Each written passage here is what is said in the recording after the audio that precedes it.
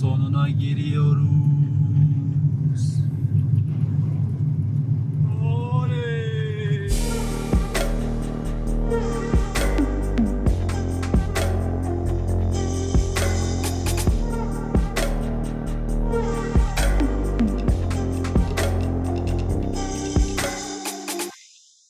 Herkese merhaba. Dünyanın sonundan hepinize kocaman günaydınlar.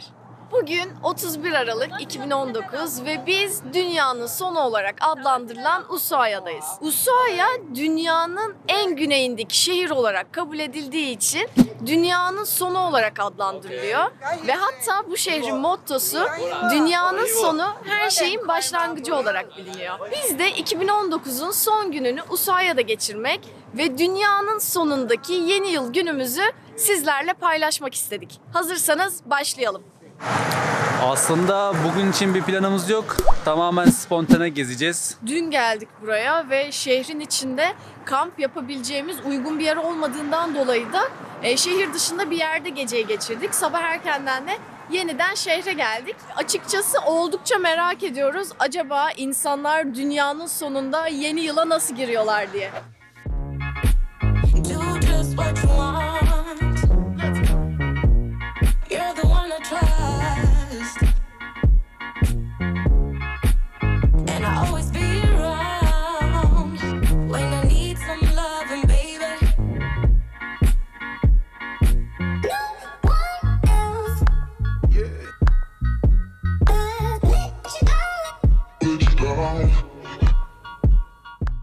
Şu karşıda görünen dağlar Şili'ye ait. Fakat oraya kara bağlantısı yok. Sadece buradan gemiyle gidiliyormuş.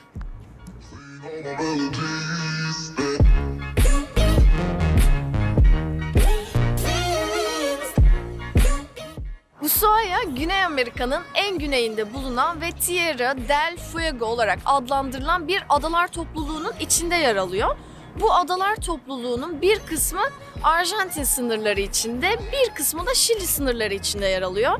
Ve Ushuaia da bu adalar topluluğunun başkenti. Aslında her ne kadar Ushuaia dünyanın en güneyindeki şehir olarak adlandırılıyor olsa da Ushuaia'nın daha güneyinde de küçük yerleşim birimleri bulunuyor. Ancak buralar şehir olamayacak kadar küçük olduklarından dolayı 70 bin kişilik nüfusu ve gerekli kentsel altyapısı nedeniyle bu unvan Ushuaia'ya verilmiş. Take me to your soul.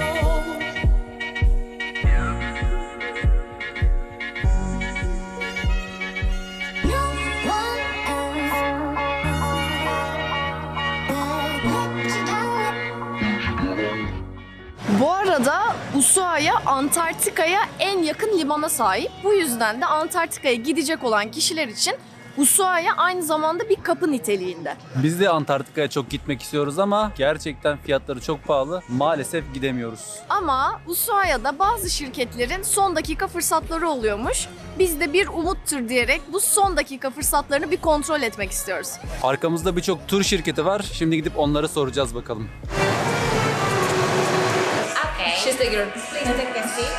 Şimdi kadın bize anlattı da burada bir tane tur kalmış. Onun da fiyatı kişi başı $6.700.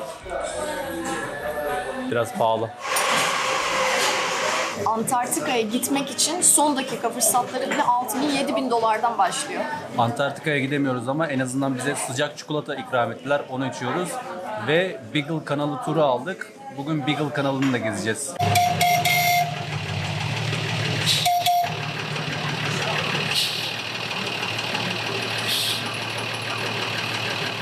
Şimdi şehri gezmeye devam ediyoruz. Aslında şu an yazın ortasındayız. 31 Aralık Güney Küre'de olduğumuz için yazın ortasındayız ama hava çok soğuk. Dün gece de zaten bayağı soğuktu karavanda. Hani bu kadar üşüdüğümüzü hatırlamıyorum karavanda. Karavandaki ilk buz gibi dondurucu gecemizi geçirdik dün yani. Evet. Çok soğuktu. Şimdi sabahtan yine soğuktu. Birazcık öğlene doğru ısınsa da şu anda da hava sıcaklığı aslında 10 derece civarında. İşte bakın dünyanın sonu burada. Yesterday, did I remember my own name, my own life in the night, no anxiety, and made out with the guy I just wanted a little love.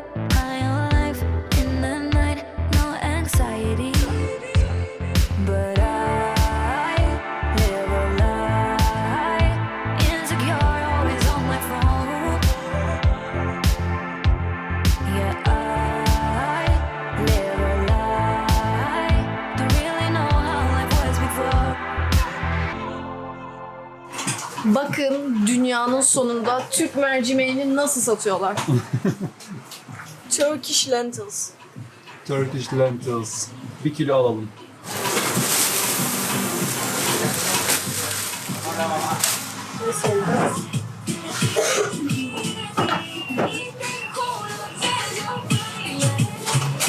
¿Me estás preparando para hoy? Para bailar hoy. ¿Ustedes van a salir a bailar? No lo sé. Como turista, ¿dónde podemos ir? El rugby, el rugby, allá. Sí. ¿Cómo se llama? Rugby club. Rugby Club. No hay una fiesta, nada. No, acá como día normal. Acá. Herkes ailesiyle evde vakit geçiriyormuş ya da restoranlarda birlikte yemek yiyip evlerine geri dönüyorlarmış. Hani hiçbir kutlamanın yapılmadığı yerlerde bile mutlaka gece 12'de bir havai fişek gösterisi olur. Burada havai fişek gösterisi de yokmuş. Çünkü doğayı rahatsız etmemek adına. Respect. Patagonya. Burada şimdi bedava sarılma varmış. Sercan da gidiyor ona sarılıyor. Sergio, Turquía. Un poquito. Sí. Gracias. Aquí hago Ushuaia'daki sokaklar buranın eski tarihini yansıtması açısından bir açık hava müzesi özelliği gösteriyor. Yamanes Kızılderilileri 10.000 yıldan daha uzun bir süredir bu bölgede yaşamışlar ve yarı göçebe bir yaşam tarzını benimsemişler. Genellikle Yamanes Kızılderilileri kanolarla seyahat ederek yiyecek bulmaya çalışıyorlarmış. Erkekler deniz aslanlarını avlarken kadınlar da kabuklu deniz ürünlerini topluyorlarmış. Ve söylentiye göre Yamanes Kızılderilileri buradaki sert iklim koşullarına öyle bir adapte olmuşlar ki kıyafet bile giymiyorlarmış. Genellikle öbek öbek ateş yakarlarmış ve toplu bir halde bu ateşin başında oturarak ısınmaya çalışırlarmış. Hatta buranın ilk keşifçilerinden olan Magellan burayı ilk kez gördüğünde öbek öbek yanan ateşleri görmüş ve o yüzden de buraya Tierra del Fuego adını vermiş, yani Ateş Adası.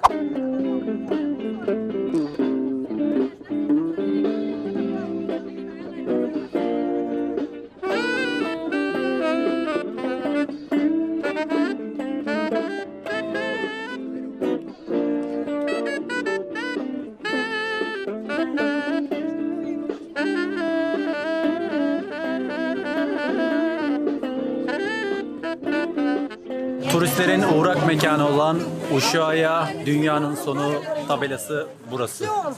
Hadi senin fotoğrafını çekeyim.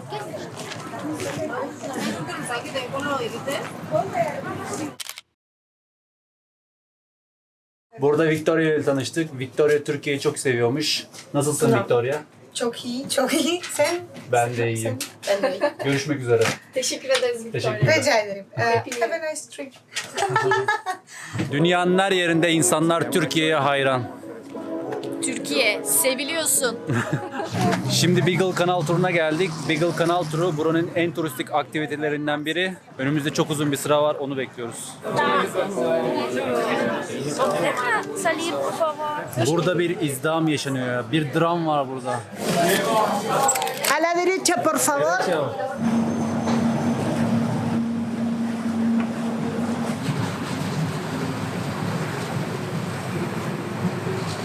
Beagle kanalında bir gezintiye çıkıyoruz şimdi.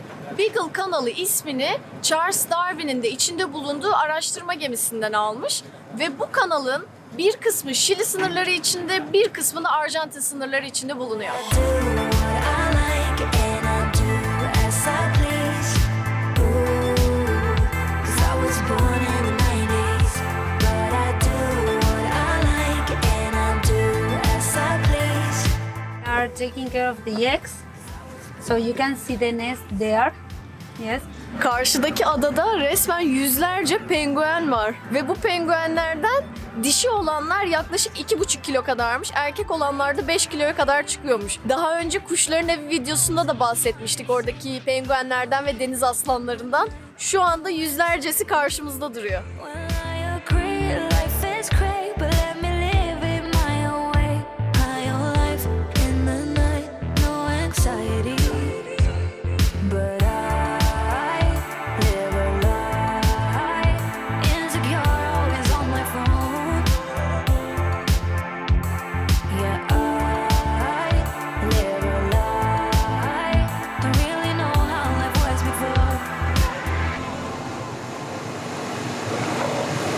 Deniz aslanları arasında kavga çıktı, onu izliyoruz. ¿Qué le estás re quejoso?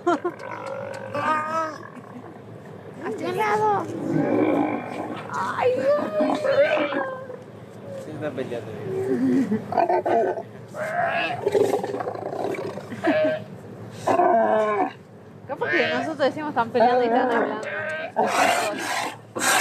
Por ahí sí están peleando.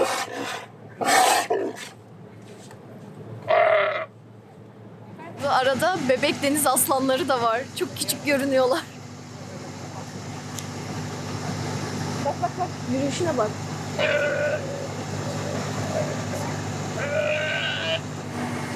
Hayatımda ilk kez bu kadar yakından bir deniz aslanı görüyorum.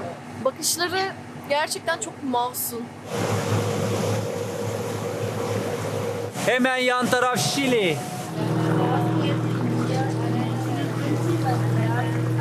16. yüzyılda bu bölgeye yapılan keşiflerin ardından 1880'li yıllarda Arjantin donanmasında komutan olan Augusto La Serra buraya gelmiş ve dünyanın sonundaki deniz fenerini kurmuş. Ardından da Ushuaia şehrini kurmuş.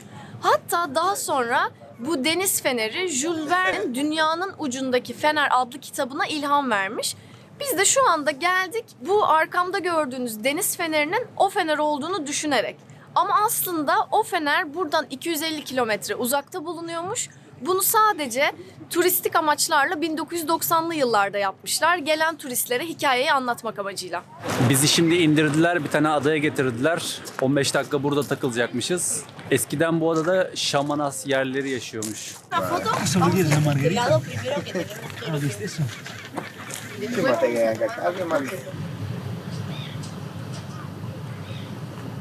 ...1884 yılında Ushuaia şehri kurulduktan sonra bölge gelişmeye başlamış. Ama çok uzak bir yer olduğundan dolayı gelişmesine rağmen insanlar buraya kalıcı olarak yerleşmekte biraz zorlanmışlar. Bunun üzerine hükümet Ushuaia'da bir cezaevi açmaya karar vermiş ve bu cezaevinin içinde halkın temel ihtiyaçlarını karşılayabilecek atölyeler kurmuş. Ve davranışları iyi olan mahkumlar buradaki atölyelerde para karşılığında çalıştırılarak ödüllendirilmiş. Bu atölyelerde fırıncılık, terzilik, marangozluk, tıbbi hizmetler gibi pek çok alan bulunuyormuş. Ve bu şekilde halkın temel ihtiyaçlarının bir kısmını karşılıyorlarmış. Aksi takdirde ayda bir kere buraya gemi geliyormuş ve bu gemiye bağımlı durumunda oluyorlarmış. Bu yüzden de buradaki kurulan cezaevi Ushuaia'nın tarihi açısından çok önemli olarak kabul ediliyor. Ve hatta şu anda cezaevi kapanmış olsa da müze olarak herkes bu cezaevini ziyaret edebiliyor.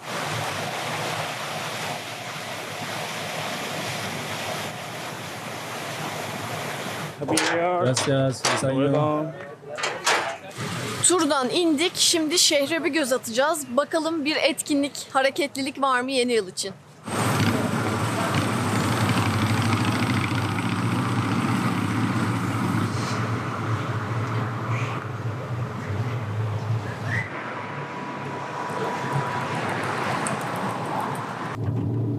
Demek ki Ushuaia'daki yeni yıl eğlencesi böyle oluyormuş.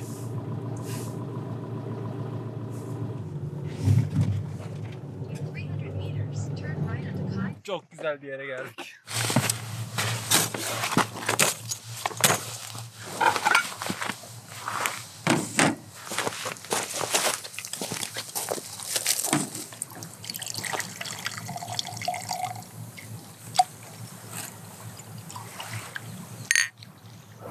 Bugün aslında bizim için değişik bir gün batımı oldu. Çünkü belki de hayatımda ilk kez bu kadar sessiz bir şehirde yeni yıla giriyorum. Şu anda aslında bizim bulunduğumuz yer şehir merkezine çok yakın, yürüme mesafesinde. Ama biz kuş sesleri ve denizin dalga sesi dışında hiçbir ses duymuyoruz. Herkes sanki inzivaya çekilmiş gibi. Şehirde büyük bir sükunet var. Ve buranın bu kadar böyle sessiz olması kesinlikle bizim için de huzur dolu bir yeni yıla giriş oldu. 2019 yılı yılı bana gerçekten çok fazla şey öğretti.